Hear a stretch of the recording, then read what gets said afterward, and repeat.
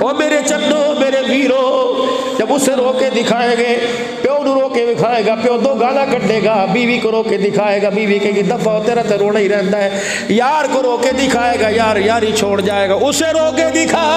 اسے رو کے دکھا خدا کی قسم جو اپنی رحمت والی چادر سے آنسو پہنچتا ہے اسے رو کے دکھا جو تیرے آنسو کا بول ڈالے گا اسے رو کے دکھا جو تیری آنکھ سے آنسو نکلتے ان کو بچا کے رکھتا ہے قیامت کا دن ہوگا حضور علیہ السلام کے پاس سے جبرائیل علیہ السلام گزرے گے یوں ایک پیالہ ہاتھ میں ہوگا حضور علیہ السلام یوں پیالے میں جھانک کے دیکھے گا عائشی کیا ہے اس کے اندر یا رسول اللہ تیری امتیوں کے وہ آنسو جو اللہ کے ڈر سے نکلے تھے کہاں لے کے جا رہے ہیں یا رسول اللہ اللہ نے آپ کے پاس بھیجے اگر آپ اجازت دو تو ان آنسوؤں کو جہنم کی آگ میں ڈال دوں جبرائیل اس سے کیا بنے گا فرمایا یا رسول اللہ صلی اللہ علیہ وسلم ان آنسوؤں کے اندر اتنی پاور ہے اگر یہ جہنم کے اندر ڈال دی تو جہنم کی ساری آگ بجھ جائے گی اور میرے عزیزوں یہ آنسو خدا کی قسم جہنم کی آگ کو بجھا سکتا ہے ہمارے بزرگوں میں ایک بزرگ گزرے شاہ جی عبدالعزیز دہلوی رحمت اللہ علیہ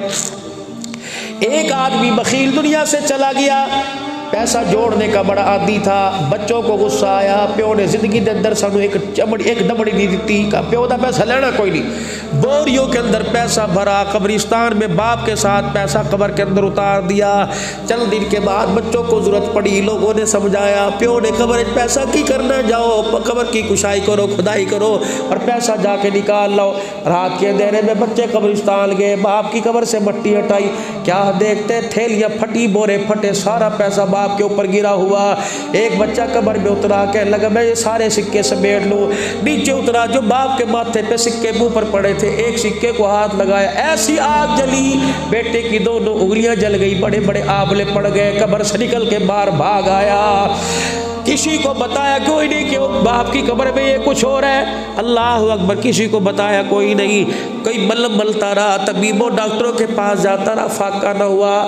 ہاتھ کا ساڑ بڑھتا گیا کسی نے کہا اتو شفا نہیں ملنی دہلی میں ایک اللہ کا ولی شاہ عبدالعزیز رحمت اللہ علیہ بیٹھا ہے اسے جا کے دکھڑا سنا کے آ اپنے بھائی کو ساتھ لے گیا حضرت شاہ جی کے پاس جا کے لکھا جی اگ لگ گئی سی ساڑ پہ گیا چھالے پہ گئے نے شاہ اللہ کہنے لگے انگلی اپنی کھول کر شاہ عبدالعزیز نے انگلی اپنی پاس کی اللہ اکبر کچھ پڑا پھونک ماری فرمایا فرق پیا کرنا جی ساڑ اویدا ہوئی ہے پھر پڑا پھونک ماری اس کا نہیں جی فرق پیا کر نہیں ساڑ اس نہیں ہے تیسری مرتبہ پھونک ماری فرق پڑا کا اٹھ کے بھاگ جا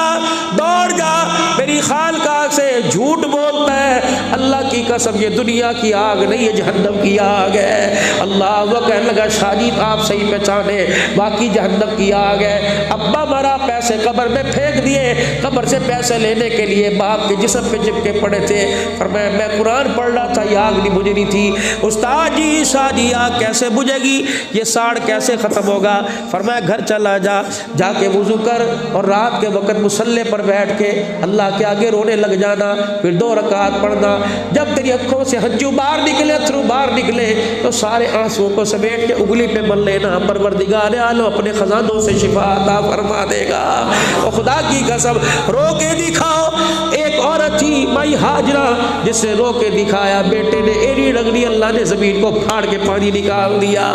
او ماں بچے کے غم میں روئے پیار میں روئے تو اللہ زمین کو پھاڑ دیتا ہے اگر ماں اولاد کی اذیت سے رونے لگ جائے اللہ نسل کی زندگیاں اجاڑ کے رکھ دیتا ہے میرے عزیزوں ماں باپ کو رلانا نہیں ماں باپ کو ہنسانا ہے جو ماں باپ کو ہنسا گیا حدیث پاک میں آیا فرمایا مبارکباد دوست بیٹی کو مبارکباد دوست جوان کو مبارکباد دوست بچے کو جس کے ماں باپ دنیا سے رخصت ہو اور رخصت ہوتے ہوئے کہہ دے میرے ماں میرے بچوں نے مجھے اتنا راضی کیا میں نک کو نک راضیاں اللہ سے جا کے تمہاری سفارش کروں گا حضور نے فرمایا جس کے ماں باپ راضی ہے فرمایا وہ نوجوان قیامت کے دن میدان محشر میں کھڑا ہوگا ساری دنیا مجھے تلاش کرے گی میں ماں باپ کے فرما بردار کو تلاش کروں گا حضور نے فرمایا جہاں مجھے نظر آ گیا میں اس کے ہاتھ میں ہاتھ ڈالوں گا پھر میں اسے پیار سے اپنے حوضے کوثر پر لے کے آؤں گا پھر میں اپنے ہاتھوں سے اسے جام کوثر پلاؤں گا پھر میں اس کے ماتھے پہ بوسہ دوں گا ساری دنیا حساب دے رہی ہوگی میں ماں باپ کے فرما بردار کا ہاتھ پکڑ کے جنت کی چوکھٹ پار کروا کے آ جاؤں گا سبحان اللہ کرو گے ماں باپ کا دم اپنے بھائی انشاءاللہ ماں باپ کے چہرے دیکھنے پر اللہ حج عمرے کا ثواب عطا فرماتا ہے ایک اللہ والے شیخ الحدیث نے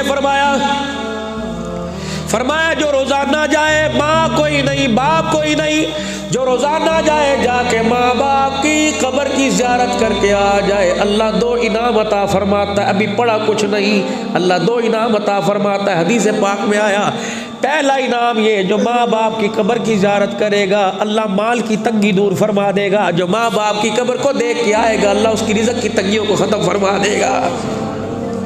یہاں چوٹ لگی، میں نے کہا واہ عبد الحلال، ماں باپ کی قبر کو دیکھ کے آؤ، اللہ رزق بڑھا دیتا ہے، جو ماں باپ کو کھلائے گا اللہ اسے کتنا رزق عطا فرمائے گا، جو محنت کر کے باپ کو گھی والی کھلائے گا، دیسی گھی سالن ڈال میں دیسی گھی ڈال کے کب کھا لے، اپنے ہاتھوں سے روٹی چور چور کے ماں باپ کو کھلائے گا، خدا کی قسم اللہ جنت کے دسترخوان پہ اپنے نبی کے ہاتھوں سے کھلوائے گا۔ او میرے بچوں، آج ایک پیغام دے کے جاتا ہوں، اگر دنیا کی زندگی میں تم نے کامیاب ہونا ہے، خدا پاک کی قسم جب میری ماں مری مجھے لوگ اتنا نہیں جانتے تھے، لیکن اماں جان جاتے میں کہہ گئی عبد الحنان اتنی دعائیں دے کے جا رہی ہوں، موت تک تجھے کسی کی دعا کی ضرورت نہیں پڑے گی۔ یہ عبد الحنان فقیر ہے، پوری دنیا کے اندر 6.5 لاکھ کے قریب ایک وقت میں میرا بیان لوگ سنتے ہیں۔ جمعے کے دن جب میں جمعے کا خطبہ دیتا ہوں دے کے ہٹتا ہوں 30 سے 40 ہزار لائیو جمعہ سنتے ہیں، رات تک 1 سوا لاکھ آدمی۔ اب میرا نمبر 11 بجے کھلے گا، انگلینڈ سے انڈیا پتہ نہیں کہاں